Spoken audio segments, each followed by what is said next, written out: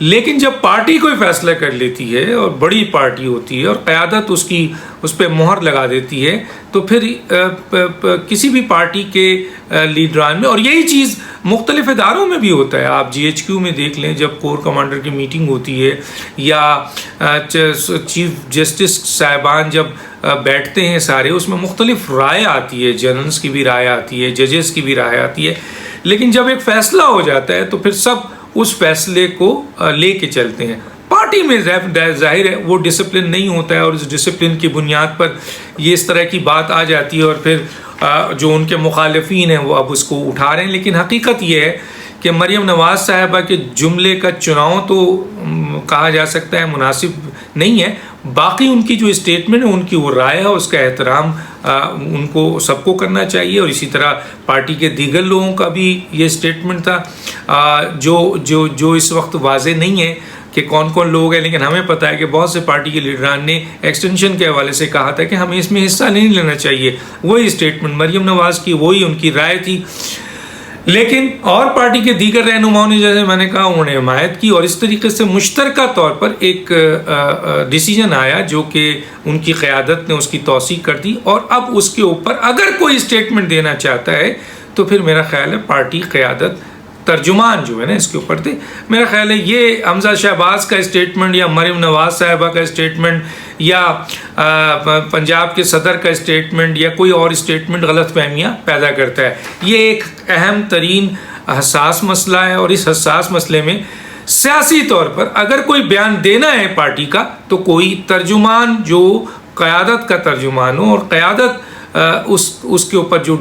فیصلہ رکھتی ہے وہ لے کے آئے. انڈیویجول فیصلے میں ہر آدمی انڈیویجول فیصلہ دے گا. اب پیپلز پارٹی میں نے کہا کہ بہت سے لوگ تھے جو ایکسٹینشن کے لیے راضی نہیں تھے. اب وہ تمام لوگ اگر میڈیا میں آگے کہیں کہ جی میں راضی نہیں تھا، کوئی کہے کہ جی میں اس گناہ میں شامل نہیں، کوئی کہے کہ جی میں اس غلط فیصلے میں شامل نہیں، کوئی کہے کہ جی میں نہیں چاہتا تھا، کوئی کہے کہ جی بالکل صحیح ہے، کوئی کہے یہ ہونا چاہیے تھا، تو یہ باتیں سامنے پھر اس طرح کی آئیں گی. لیکن اس میں کوئی شک نہیں ہے کہ پارٹیوں کے اندر اس قسم کے ڈیسیجنز پہ اختلافات ہوتے ہیں. یہ تو ہو گئی ایک بات. دوسری بات یہ ہے جو میں اس ویڈیو میں لانا چاہتا ہوں، اور وہ یہ ہے کہ دو ویڈیو بہت امپورٹنٹ ہیں. باقی تو بہت ویڈیوز آ رہی ہیں، میں اس پہ کوئی کمنٹس نہیں کرنا چاہتا ہوں. اس کے اوپر وہ لوگ کمنٹس کریں جو ان سے براہ راست منسلک ہیں، ان کی بات، ان کی اسٹیٹمنٹس آنی چاہیے. لیکن دو ویڈیو جو پوری قوم اور پاکستان سے ریلیٹڈ ہے. ایک ویڈیو ہے جو آپ کے چیئرمین نیب کی آئی، اور دوسری ویڈیو جو ہے جج ارشد ملک کی آئی. چیئرمین نیب کی ویڈیو لانے کے بعد چیئرمین نیب جو احتساب کا ایک ادارہ تھا وہ سیاسی انتقام کا ادارہ بن گیا. اس ویڈیو کے بعد جو اکراس دی بورڈ احتساب کرنا تھا وہ یک طرفہ انتقامی جو ہے وہ ایکشن شروع ہو گیا. تو چیئرمین نیب کی ویڈیو کے بعد ٹوٹل کنٹرول احتساب، ایک الگ آئینی ادارے کا، احتسابی ادارے کا کنٹرول جو ہے ان لوگوں کے پاس چلا گیا جن لوگوں نے ویڈیو لیک کی، اور جن کے پاس مزید کہا جا رہا ہے کہ ویڈیو موجود ہے جس کی بنیاد پر چیئرمین نیب ان کی ہر بات ماننے پہ مجبور ہے. یہ ویڈیو جس نے پاکستان کی سیاست میں، پاکستان کے قانون میں، پاکستان کے احتساب میں، پاکستان کے آئینی اور کانسٹیٹیوشنل ادارے میں تباہی مچا دی، خرابی کر دی. تو یہ ویڈیو بہت اہم ہے، اور اس طرح کی ویڈیو سے یقیناً ایک انڈیویجول آدمی سفر نہیں کرتا ہے. اب زبیر صاحب کی ویڈیو آ گئی. زبیر صاحب اگر اس میں غلط ہیں، صحیح ہیں، ان کے پارٹی کا ڈیسیجن ہوگا، ان سے پارٹی عہدہ نکال لیا جائے گا، وہ چلے جائیں گے، کوئی بڑی بات نہیں ہوگی، کوئی اور آ جائے گا ان کی جگہ. لیکن چیئرمین نیب کی ویڈیو نکالنے کا مطلب ہے کہ آپ نے پورے ایک انسٹیٹیوشن کو بلیک میل کر لیا، تباہ کر لیا، جو کہ نظر آ رہا. اور اسی طریقے سے کسی بھی انسٹیٹیوشن کے سربراہ کی ویڈیو اگر آئے گی تو وہ پھر انڈیویجول نہیں ہوتی ہے، وہ پورے نظام کو، پورے ادارے کو، پورے پاکستان کو، آئین کو، قانون کو تہس نہس کر دیتا ہے. اب آئیے جج ارشد ملک کی ویڈیو، وہ بھی بہت اہم ہے، کیونکہ جج ارشد ملک کی ویڈیو سے کئی چیزیں بے نقاب ہوئی. ایک تو یہ ہوا کہ سپریم کورٹ میں چیف جسٹس جیسی مقام پر بیٹھ کر لوگ جو ہیں آئین اور قانون کی دھجیاں بکھیر کر اپنی من مانی فیصلے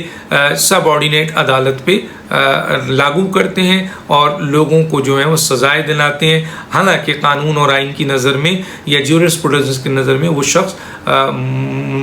مجرم نہیں ہوتا ہے، لیکن اسے مجرم بنایا جاتا ہے۔ اس ویڈیو سے یہ بات ثابت ہوئی کہ پاکستان کی اعلیٰ ترین انصاف کے ادارے سپریم کورٹ میں اعلیٰ ترین عہدے پہ بیٹھا ہوا شخص جو ہے وہ ملک کی قسمت سے کھیلتا ہے اور ایک الیکٹڈ پرائم منسٹرز کو دباؤ میں، اپنی خواہشات میں، مفادات میں کسی بھی بنیاد پر ایک غلط فیصلہ صادر کرتا ہے اور اس ادارے کو بھی بدنام کرتا ہے، اس پوسٹ کو بھی جو ملیہ میٹ کرتا ہے، اور پھر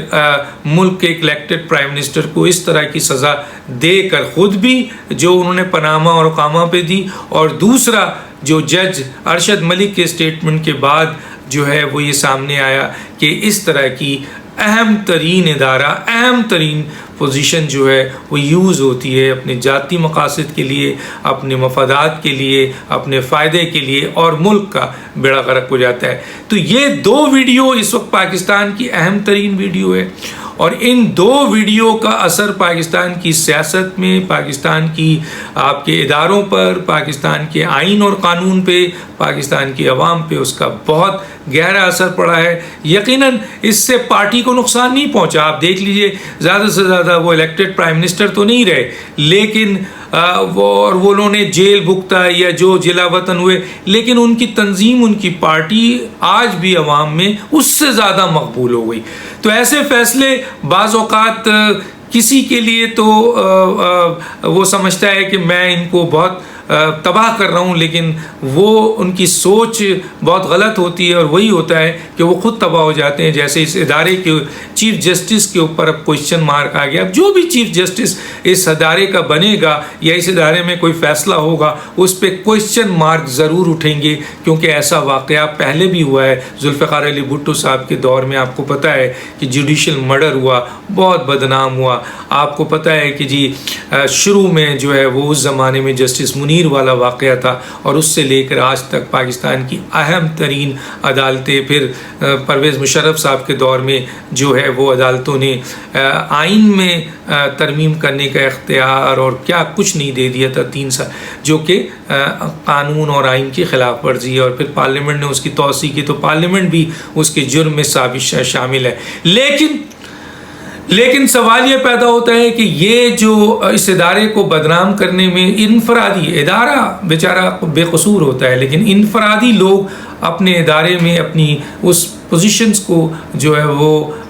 غیر آئینی طور پر استعمال کرتے ہیں، اپنی پوزیشن کو، اپنی اہمیت کو، اپنی جگہ کو استعمال کر کے ایسے کام کر جاتے ہیں جس سے ملک اور قوم کو بڑی تباہی ہوتی ہے۔ تو یہ 2 ویڈیو ہے، اور ان 2 ویڈیو کی اہمیت ہے، اور ان 2 ویڈیو کے جو ہے وہ نتائج بہت خطرناک پاکستان میں آ رہے ہیں اور آئندہ بھی آئیں گے۔ ڈاکٹر دانش کو یاد دیجیے۔ اللہ حافظ۔